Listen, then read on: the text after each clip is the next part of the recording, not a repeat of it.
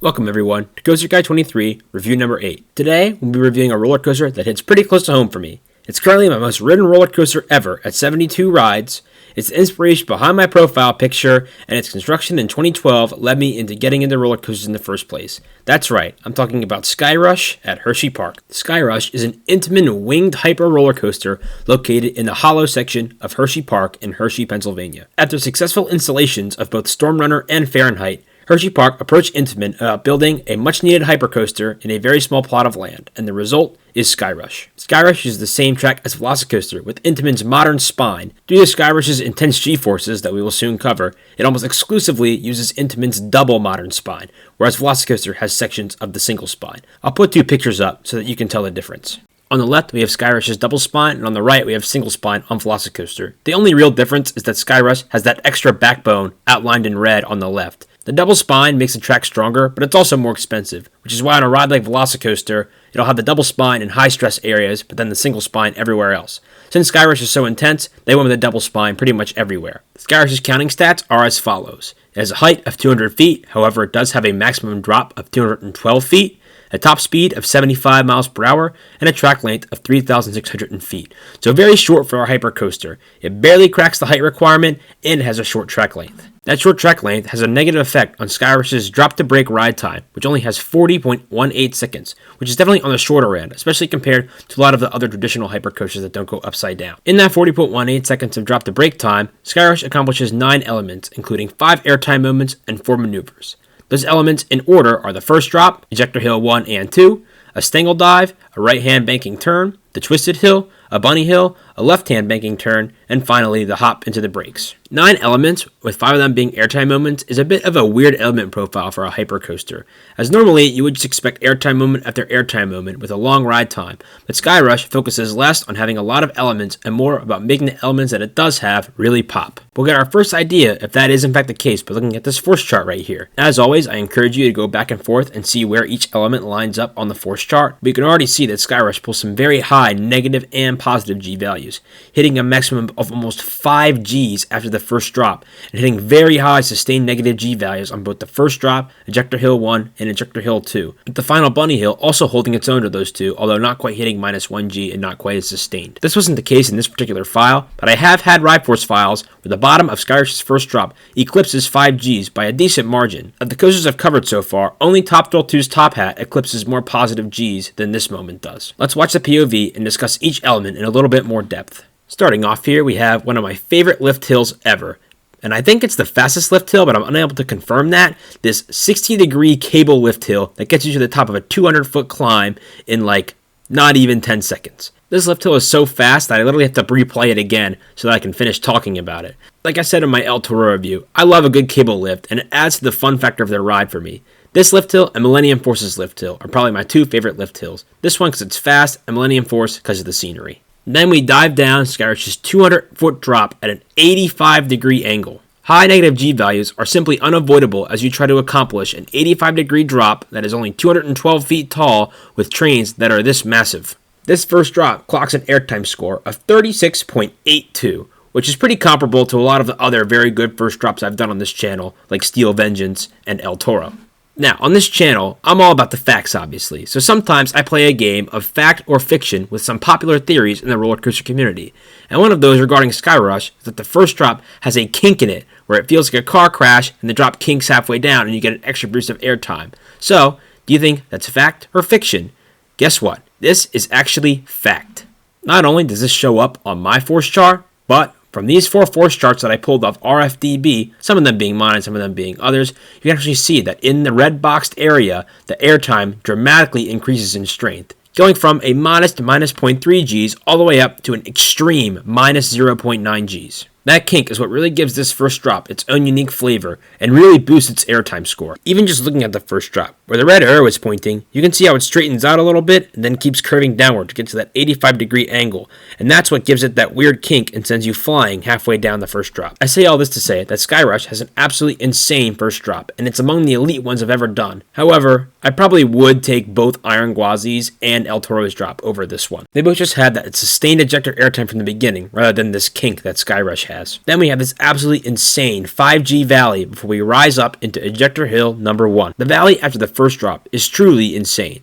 And I'll get to the trains later in the summarizing cards, but Skyrush's old trains, this is why your thighs would get absolutely hammered after the first drop. The G-forces are so strong that it would overcome the restraint locking system and it would push further down deeper into your thighs, putting extreme pressure on them. Those old restraints did not sit nicely on your thigh either, so you just felt this sharp, searing pain on the top of your quad the whole entire remainder of this layout because this first valley is so strong and pushes the restraint down into them. I know it's not held for very long, but 5Gs is still 5Gs, and it feels super intense when you're riding it. Any more, and you're probably looking at a very serious gray out situation. The ejector hill that follows doesn't have much to it, it's pretty straight ahead, but it has a monster airtime score of 46.03, hitting minus 0.9 Gs of airtime and lasting for over a second. Just look at how low this hill is to the ground compared to the first drop prior and the speed that it's taken with, as well as the curvature to fit it in this tight area, and yeah, it's not a surprise that this hill delivers like crazy. We then have another intense moment with this left-hand turn, which pulls a sustained 4 Gs.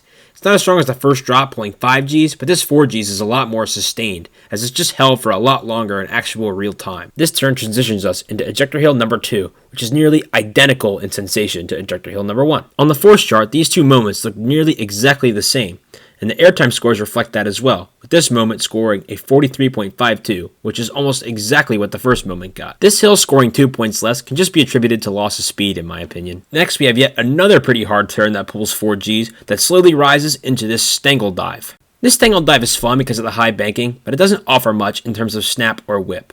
It's just mainly the laterals and high banking that make this element pretty fun. I haven't talked about them too much. This is an element where you kind of feel a little bit of a difference when you're sitting on the edge in the wing seat versus in the middle. Sitting on the wing, you're just going to feel that high banking a little bit more than if you are sitting in the middle, just because, well, you have a larger distance to cover, being that you're further away from the track. Overall, I would say the Stangle dive isn't a bad element by any means, and it is fun, but I didn't look at this element as a huge drop in quality compared to the two airtime hills that came before, and an opportunity to improve Skyrush's layout by replacing it with something else. Up next, we have this right-hand banking turn, and unlike the Stangle dive, I just don't find this element very fun, and it is definitely filler, in my opinion. There's just nothing really much to it. You kind of just slowly rise in the air, no airtime, and then you just turn to the right and try to start heading back towards the station. No extreme banking, no whip, just a straight up turn. I get the sense that with the Stangle dive and this maneuver, Intamin wanted to give riders a break from the airtime. But hey, as the old saying goes, if it's not broke, don't fix it. You definitely could have kept the general shape of this element and provided some sort of airtime pop at least, or even a full-size bunny hill that probably would have scored in the 30s in the airtime score, considering the speed that we still have here. At the very least, this element at least keeps up the pace of the ride by staying low to the ground. After those two rather uneventful maneuvers, we have this twisted hill. And while this twisted hill doesn't have much in terms of airtime score,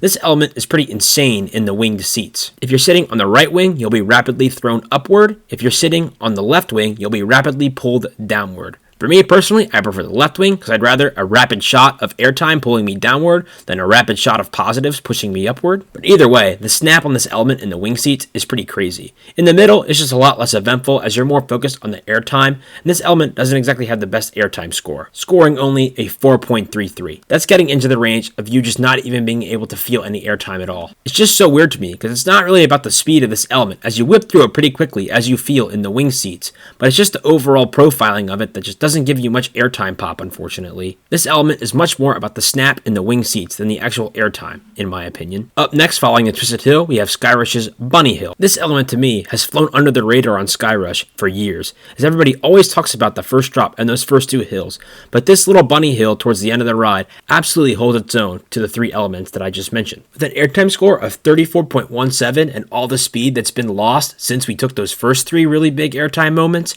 this airtime score is extremely impressive. That airtime score is derived from 1 second of airtime reaching a maximum negative G of 0.8, which is a serious pop of airtime going over this hill. It's just so funny to me because this ride's layout, while it doesn't feel like it at all, is totally comparable to that of El Toro's. An insane first drop followed by two absolutely nuts airtime moments and then another nuts airtime moment later in the ride. Call me crazy, but look at the numbers. This moment is kind of comparable to the Rolling Thunder hill. It just doesn't get nearly as much hype, and I'm not quite sure why. Like I said, this bunny hill has always flown under the radar, despite it always delivering really good airtime for me. This element is really Skyrush's last one big final trick for its riders, and man does it deliver, because this last element is just this really slow left-hand curve into Skyrush's final brake run. Thank goodness this is right near the end of the ride and pacing doesn't quite matter as much, because man, the train absolutely meanders through this thing. It really is a bizarre ending, and I'm not really sure what else they could have done here. Like, maybe it would have been cool if they outer banked this hill somehow, but they kind of just had to work with what they got, and luckily I won't hurt pacing too much for it, but man, it really just does feel like a weird ending coming off that strong airtime pop, and then taking this curve in what almost feels like slow motion. Skyrush is so beautifully paced up to this point, but then somehow it totally takes its foot off the gas for this last little 5-second element it has to go through to get to its brake run. Speaking of the brake run, we now hit this awkward Hersheypark style brake run, where it's just this magnetic trim brake followed by a very large sweeping curve to actually get to the ride's real final brake run. This brake run doesn't even function as a block zone, because as you can see here, there are only magnetic brakes on this brake run, meaning it cannot fully stop a train. Thus, trains must clear this magnetic brake section and go through the swooping turn to the ride's real final brake run before the next train can be dispatched. I don't know why Hersheypark keeps doing this. I know in this situation it's just kind of to avoid the comment, but still, it's just weird and kooky, and then this turn doesn't really count as part of the ride, and I don't really count it as part of the ride's drop to brake time that I calculated earlier. As we hit the real final brake run here, that'll conclude the POV breakdown of Skyrush. Going back and looking at Skyrush's airtime moments, there are 5 of them, and 4 of them are extremely strong, scoring 34 or higher. Skyrush's 5 airtime moments combine for an airtime score of 164.87 and 6.12 seconds of airtime. Like I said, this overall profile is extremely similar to that of El Toro, with 3 strong sweeping moments right in the beginning, and then 1 more bunny-style ejector pop towards the end. Those 4 moments are going to carry most of the weight of this airtime score, and that's also very similar to El Toro. El Toro's score is a bit higher because the camelbacks score higher than Skyrush's ejector hills, because you know, they have a steeper incline and exit. But stylistically, in terms of when the airtime happens and the strength of it, they are very similar. So I said El Toro's airtime was excellent in my review for that ride. Skyrush also indeed has excellent airtime. 164.87 places it right below El Toro, but above Velocicoaster and Top Thrill 2. Its most comparable score is Siren's Curse, but Siren's Curse gets its score in a much different way through constant ejector pops, whereas Skyrush goes for a few home run moments to really boost its airtime score. Now we jump into the summarizing cards on Skyrush at Hersheypark. And up first, we have theming. And Skyrush, in the 2024 off-season, actually got a semblance of a theme to where it previously had literally nothing. That said, there's still pretty much nothing to it. It's just some audio in the station, pretty much. If you've never ridden Skyrush, would you really know this ride is now technically themed to airplanes? No, you wouldn't. So theming, I'm going to keep it out of the red because they did improve it from what it was, but it's still not good at all, even for amusement park standards. Up next, we have presentation, and Skyrush's presentation is not bad. Like I said, I love the cable lift hill, and this lift hill looks absolutely menacing in the Hersheypark skyline. It is by far the tallest looking 200-foot coaster I've ever seen. It looks much taller than Candemonium even in the same park. I don't know if it's because it's due to its position or the way it looks from the top of the hill near Great Bear, but I don't know. This hill looks way taller than 200 feet, even though it's not. For operations, loose article policy is that there is none. You can take your loose articles on the ride with you, but make sure you have a zipper pocket, obviously, for safety reasons. There are also bins on the ride platform, and they're on the same side that you board, so it doesn't really slow down operations at all, which is nice. The block zone setup is okay. A train has to be parked behind the station, and then there's multi-move when you hit dispatch, so as the train in the station goes up the lift hill, the train on the brake run will accelerate into the station right behind it. Nothing really annoys me more than when a ride has crappy programming, and Skyrush's is immaculate for 2 train operations. That said, the operations on Skyrush can be pretty hit or miss. They often run one train on days where it's not super busy because, they're always having problems with one train, it seems like. And the surrounding area of the ride could just be a little bit nicer in my opinion. Presentation is solid, but it's just nothing to write home about. So presentation, I'm giving it a little bit above average, because like I said, the ops when they're running at their best can be pretty solid, and the ride looks cool in the skyline. Up next, we have laterals, and Skyrush, especially in those wing seats, has some pretty good lateral moments. I know I bullied the right-hand banking turn during the POV breakdown, but that moment actually does have some decent laterals, as it feels like the banking at the beginning of the element is just not strong enough. The Stangle Dive is also decent, and like I said, the Twisted Hill in the wing seats is a really weird sensation. And while it's not technically full-on laterals, it kind of feels like that when you're riding. Of the rides I reviewed so far, Skyrush probably actually has the best laterals of all of those, because those rides just don't really focus on laterals at all, whereas Skyrush does have a couple moments where it legitimately tries. I'd say the only ride I reviewed so far that has stronger laterals than Skyrush is Wildcat's Revenge, so I'm putting Skyrush a little bit lower than what Wildcat's Revenge got, because Skyrush just doesn't have a moment like that double down that Wildcat's Revenge has, where you get that strong punch of laterals. Moving on, we got positives, and like I said, Skyrush has some legitimate positive moments, especially at the bottom of the first drop and the turn after the first ejector hill. Both those moments have their own distinct flavor, with the bottom of the first drop being a strong punch of 5G, and the turn after the ejector hill 1 being a sustained 4G. Either way you slice it, those are serious moments of positives, and you're going to feel that crunch down into your seat. So for positives for Skyrush, I'm going extremely above average. It has some of the best positives on any coaster I've ever ridden. Up next, we have propulsion, and I'm giving Skyrush the maximum score that I'd ever give a lift hill ride. That cable lift gets moving, and you have to top before you even know it. It's just so smooth, quiet, sleek, and I just love it. You can come at me all you want for giving a lift hill this high propulsion, but hey, this is my channel. I can do what I want, dang it. Up next, we have trains, and man, there's some lore behind these Skyrush trains. Originally, this ride opened with the wing trains that had these super awkward lap restraints that dug into your thighs after the 5G first drop, thus coining their nickname, Thigh Crush. While those particular restraints didn't bother me too much, if this still had those, trains would have been all the way in the red, as they were just so unnatural and they really would hurt your thighs by the final brake run, like in a searing kind of way, especially if your thighs were a little bit bigger. These new trains, though, that I got in 2024 are much better. They still do crush your thighs a little bit because, well, it uses a hydraulic locking system that pushes down on your thighs on the first drop because from the G-forces, but the lap bar just sits so much more naturally on your thighs. These new restraints spread the pressure out over a wider area on top of your thigh, opposed to the old ones that just dug into your thigh at a single point. These new restraints also keep the openness that the original restraints had, compared to something like an over-the-shoulder restraint. They're not my favorite. They're really bulky, the seats aren't the most comfortable, your feet kind of dangle awkwardly, even in the middle, and as we'll get to in a minute, I just think the pure weight of these guys gives us some issues with actually tracking the track smoothly. The 2024 train upgrade saved these guys, but they're still not my favorite. I'll give them above average. Up next, we have maneuvers, and Skyrush's maneuvers on their own are just pretty mediocre. The Stangle Dive is the best of the bunch, but the right-handed bank is okay, but then the left-handed turn and the brake hop in the other ride are super slow and not super eventful. What saves this maneuver's score is the twisted hill.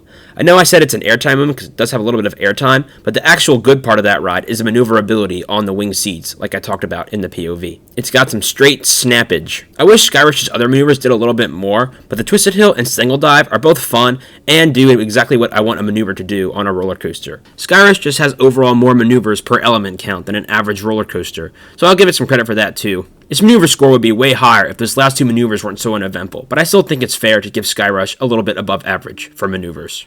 Up next, we got variety, and Skyrush has some good variety. The first drop is definitely a unique one, followed by two pretty similar sensations in Ejector Hill 1 and Ejector Hill 2. But after that, you get a bunch of different maneuvers. The Bunny Hill gives its own unique airtime sensation, and overall, for a hypercoaster that's fit in this small of a footprint, it does a good job mixing up its elements. I just wish it packed in a different style of airtime, and overall, hypercoasters that don't have any inversions just can't score that high on variety, unfortunately, especially compared to something like an RMC that packs in everything. But for variety still, I'm going above average. Just for a hypercoaster, it does a really good job between balancing the strong airtime punches and the snappy maneuvers. Moving on to inversions, Skyrush does not have any, so its inversions will score a 0. Up next, we have density, and Skyrush does a pretty good job at density, up until the very end, really, with those last two uneventful maneuvers. It keeps you guessing, it keeps you busy, there's no straight track or boring moments or elements that are taken slowly. Even at the ending, while it's taken super slowly, you are at least still doing elements. So for Skyrush's density, it's going to score very well here. Up next, we have pacing, and Skyrush is so beautifully paced for the majority of its layout,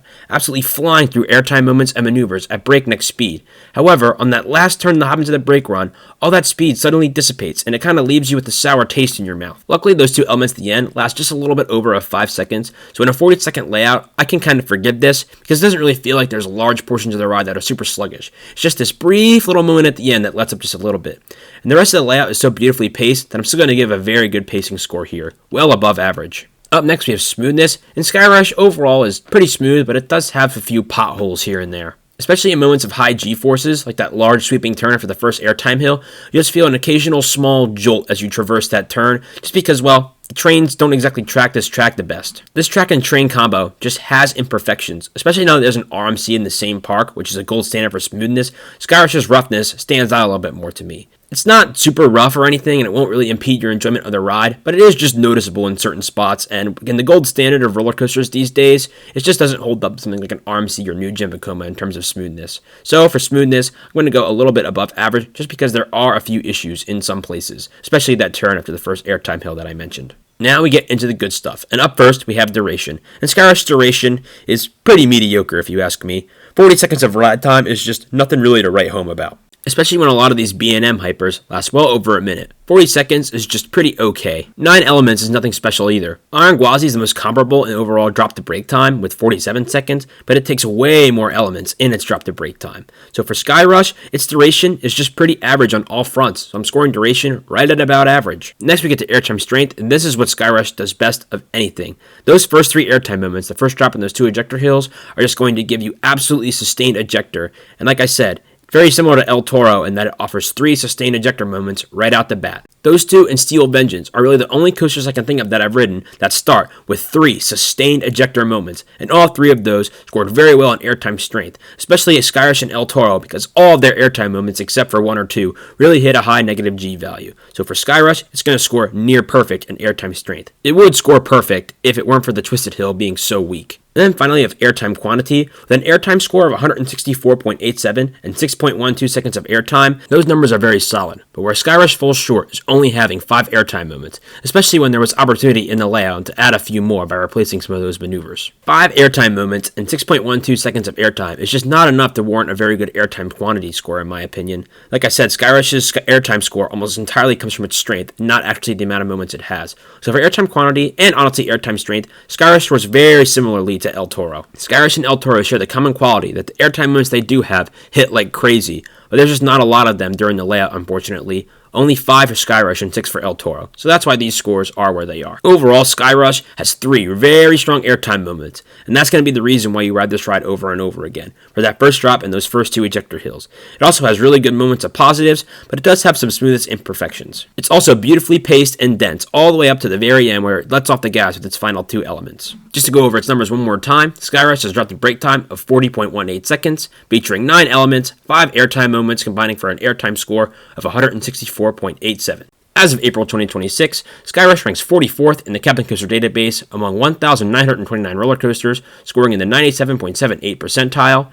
For me personally, Skyrush scores at number 8 of my 222 credits at 96.85%. Skyrush and El Toro have long been sitting at number 7 and number 8 in my rankings, but after taking rides already on both of them in the 2026 season and seeing El Toro's retracking, I've decided to flip-flop them, and El Toro is now number 7 and Skyrush is number 8. I always thought Skyrush was better paced than El Toro, while El Toro's bigger airtime moments hit a little bit harder, but really at the end of the day it was El Toro's lack of smoothness compared to Skyrush that really put it over the edge for me.